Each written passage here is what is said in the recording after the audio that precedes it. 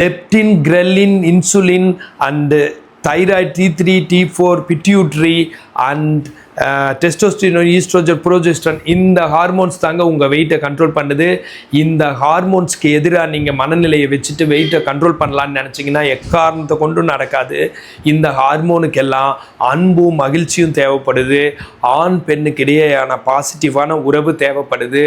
ஒரு ரொமான்ஸ் தேவைப்படுது. கண்டிப்பாக பிறருக்கு உதவி பண்ணுற அந்த அன்பு, இல்லை எதிர்பார்க்காம உதவி பண்ணுற அன்கண்டிஷனல் லவ், குழந்தைகள் கிட்ட இருந்து வர்ற பரிவு, குழந்தைய கொஞ்சலான்னு தோன்ற அந்த ஒரு ஹார்மோன்னால ஆக்டிவேட் ஆகிற அன்பு, இந்த சமுதாயத்து மேலே வைக்கிற அன்பு, உயிர்கள் மேலே வைக்கிற அன்பு, இந்த அன்பு தடுத்து நிறுத்தி வெறுப்பை காட்டுனா கண்டிப்பாக வெயிட் குறையாது.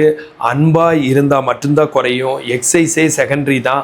ஸோ அன்பாக இருங்க, வெயிட் கம்மியாக இருங்க, ஸ்லிம்மாக இருங்க, அழகாக இருங்க. உலகத்தை ஒரு அழகான உலகமாக மாற்றுங்க. உலகத்தை ஒரு நாடு ஆக்குங்க.